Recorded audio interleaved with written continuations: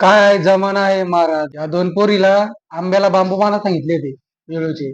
त्यांना पहा काय कुठं करून तुला. व्हिडिओ पूर्ण पहा, सबस्क्राईब करा, लाईक करा आणि शेअर करायला विसरू नका. ओ पप्पा, आपल्याला हिमायत काम आहे का आज? पोरींनो, ते झालं संपलंय काम.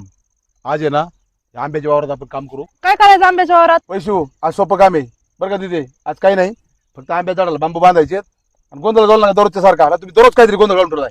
चला ओ पप्पा, बांबू कुठे आहेत पण? ते बांधायला येतं तेवढी घेऊन ये पळ. हा हा. रुपाली पाऊस यायला लागलाय. मोठं मोठं गवत उपसून घे फक्त त्याच्यातून हा. बर बर दिदे, तू पण जा वैशू बरोबर. मी मोठं मोठं गावात काढून घेते. बरोबर. अगं वैशू, कशामुळे बांधायचे ग बांबू आंब्याला? अगं दिदे, मला तर काय माहित कशाला बांधायचे, पण मला असं वाटतंय हे आंबे कोणी चोरून नेईन ना, म्हणून आपल्याला ना पप्पाने बांबू बांधायला सांगितले असते. हा वैशू, मला पण तसंच वाटतंय. दिदे, आपलं कसं आहे, आपण दिल्या भाकरीचे सांगितलं कामाचे आवरगी बांधून. पोरींनी बांधले का बांबू? किती झालीत बघावं लागेल. ए रुपाली, इकडे इकडे बघ पोरी काय करतात.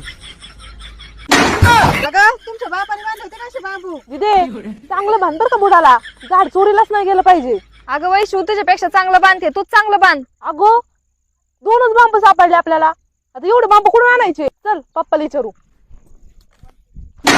अगं वैशू दिदे, त्या आंब्याला बांबू कशाला बांधायला सांगितले माहिती का? आंब्याचे झाड असे वागतेत ना खाली, त्याला सरळ ठेवण्यासाठी प्रत्येक आंब्याच्या झाडापाशी एक बांबू उभा करून त्याला बांधतेत. बाई नो, तुम्ही काय केलंय? माझं डोकं बंद झालं तुमच्या पुढं. ती वावर एकटा राहिले, हे बी काय लावता काय तुम्ही?